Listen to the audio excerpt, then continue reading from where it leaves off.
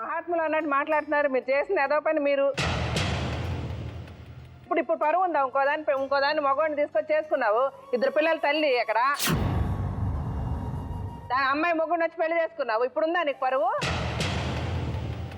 నువ్వు దొంగదానివి కాబట్టి నువ్వు చేయకుండా దొంగతనంగా ఇతను చేసుకున్నావు పెళ్లి. మగవాడు దొరికాడు కదా అని చేసుకున్నావు. ఇది నిజం.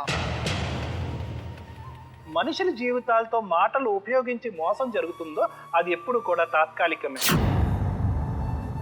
చాలా పద్ధతిగా ఆలోచించుకొని అమ్మాయి దగ్గర పేపర్లు సంతకాలు పెట్టించుకొని మరీ ఆవిడని పెళ్లి చేసుకున్నారు. దీని వెనకంతా కూడా ఆవిడ హస్తం కూడా ఉంది. అది అందరికీ తెలిసిందే. నా పెళ్ళం రావట్లేదు, మరి అదే మీరు చేసేది తప్పు అనకండి. తప్పు చేసినప్పుడు రైట్ లేదు మీకు మాట్లాడడానికి. ఆవిడ చేదైపోయింది. 15 సంవత్సరాలు ఆ పిల్లని శంక నాకు ఇచ్చేసావు తీసుకొచ్చి ఇంట్లో పెట్టి.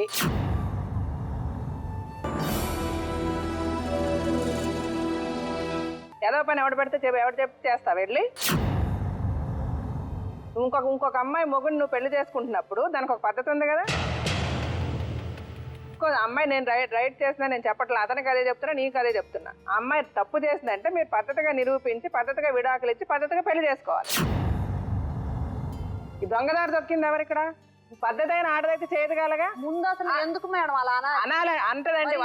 మీరు అర్ధరాత్రులు అతను మీ ఇంట్లోకి వస్తాడు పోతాడు, మీరు ఆటోలో తిరుగుతారు, మీ పనులు మీరు చేస్తారు. బయట వాళ్ళు 100 మంది 100 చెప్తారు, నమ్మేవాళ్ళు నమ్ముతారు.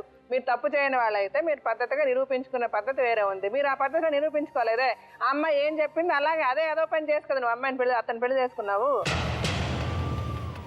ఇప్పుడు అమ్మాయి చెప్పిన దాంట్లో నిజం లేదు అని ఎవరు ఎలా అనుకుంటాం మేము? నిజం లేదంటే ముందు అమ్మాయి అనబట్టే కదా. అమ్మాయి అంటదండి 100 గుళ్ళు. ఆ అమ్మాయి ఇంకొక పక్కింటోడు వెనకింటోడితో కూడా సంబంధం ఉందని రేపు అంటది వెళ్ళి వాళ్ళని చేసుకుంటారా మీరు వెళ్ళి? ఆ అమ్మాయి తప్పు అంది కరెక్టే, మరి దానికి ఒక పద్ధతి ఉంది కదా. అమ్మాయికి విడాకులు ఇచ్చి కదా పెళ్లి చేసుకోవాలి. వీళ్ళు సంతకం పెట్టుకున్నావా? ఏ సంతకం? వాళ్ళు 100 అంటారమ్మా, నువ్వు చూసావా? సంతకం పెట్టుకుంటే విడాకులు అయిపోతాయా? నువ్వు చదువుకున్నావు కదా. సంతకం పెట్టుకుంటే విడాకులు అయిపోతాయా? ఏదో చాలా రైట్ కరెక్ట్గా మేము మహాత్ములు అన్నట్టు మాట్లాడుతున్నారు. మీరు చేసిన ఏదో పని మీరు వాళ్ళు మమ్మల్ని అనబట్టే కదా. అవును, ఎందుకన్నా నువ్వు తిరిగావు కాబట్టి అంది. అంటే పడతారా? పడద్దు నువ్వాను. అంతేగాని అమ్మాయి మొగుడు చేసేసుకుంటావా పెళ్లి? తల్లిదండ్రులు లేనప్పుడు ఇంటి మీదకి వచ్చేసి గొడవలు చేసి ఆ తల్లి వచ్చేటప్పుడు తెలియదు కదా తల్లిదండ్రులు ఉన్నారో లేరో. అప్పటికే ఆ సందు మొత్తం గోలగోలు చేసి సందు మొత్తం గోలగోలు చేశారమ్మా. కరెక్టే, మూసుకో తల్లి. అమ్మ పోయింది కదా పరువు. అప్పుడు వెళ్ళి పోలీస్ స్టేషన్ లో కంప్లైంట్ ఇచ్చి ఉండాలి కదా నువ్వు గొప్పదాని అయితే. ఇప్పుడు పరువు ఉందా? ఇంకోదాన్ని మగవాడిని తీసుకొచ్చి చేసుకున్నావు. 2 పిల్లల తల్లి ఎక్కడ అమ్మాయి మొగుడిని వచ్చి పెళ్లి చేసుకున్నావు. ఇప్పుడుందా నీకు పరువు?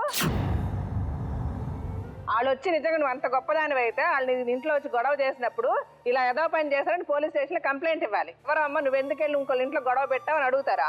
అప్పుడు తప్పు వాళ్ళది. అది మేము చేయకపోవడం తప్పేలే మేడం. అవునంటే అవును, నువ్వు దొంగదానివి కాబట్టి నువ్వు చేయకుండా దొంగతనంగా ఇతను చేసుకున్నావు పెళ్లి. నా పెళ్లి చేసుకున్నప్పుడల్లా నువ్వు ప్రూవ్ చేసుకున్నావా? పద్ధతికి వెళ్ళి విడాకులు ఇప్పించి పెళ్లి చేసుకున్నావా? అప్పుడు కూడా అది కూడా చేయలే నువ్వు. అమ్మా, అలాంటి వాళ్ళది నిజమైన ప్రేమ కాదు, అది వ్యామోహం. ఎగ్జాక్ట్లీ చిన్నత్త. నిజంగా ప్రేమించుకున్న వాళ్ళు అలా చేయరు. ఎంత మనసు విరిగిపోతే కన్న కూతుర్ని పట్టుకొని మా దృష్టిలో చచ్చిపోయా ఉంటుందా తల్లి? అది సరే అమ్మా, తన కూతురుతో తన మాట అనేటప్పుడు ఆమె మాటల్లో వ్యథ, కళ్ళల్లో బాధ గమనించావమ్మా?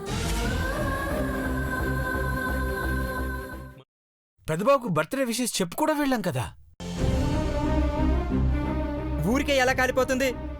మంట పెడితేనో పడితేనో తగలబడుతుంది.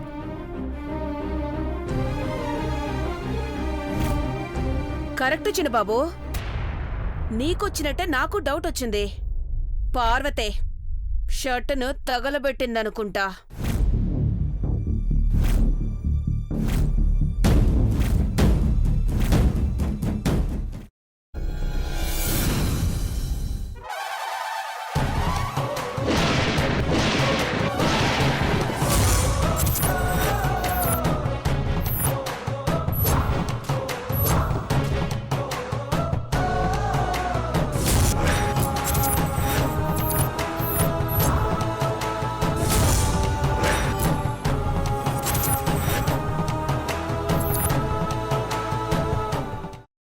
కున్న తర్వాత పొట్టు తీసేసి చాప్ చేసి పక్కన పెట్టుకోవాలి. ఒక ప్యాన్లో కొద్దిగా నూనె వేడి చేసి అందులో ఆవాలు, మినప్పప్పు, శనగపప్పు, కరివేపాకు, సన్నగా తరిగి పెట్టుకున్న ఉల్లిపాయలు వేసుకుని 1 నిమిషం పాటు వేయించుకోవాలి. ఆ తర్వాత కాల్చి కట్ చేసి పెట్టుకున్న వంకాయని కూడా అందులో వేసుకుని బాగా మిక్స్ చేసి బౌల్లోకి ట్రాన్స్ఫర్ చేసుకుని అందులో తగినంత చిక్కటి పెరుగు లేదా పల్చటి పెరుగు వేసుకుని మిక్స్ చేసి అన్నంతో కానివ్వండి, చపాతీతో కానివ్వండి సర్వ్ చేసినా చాలా బాగుంటుంది.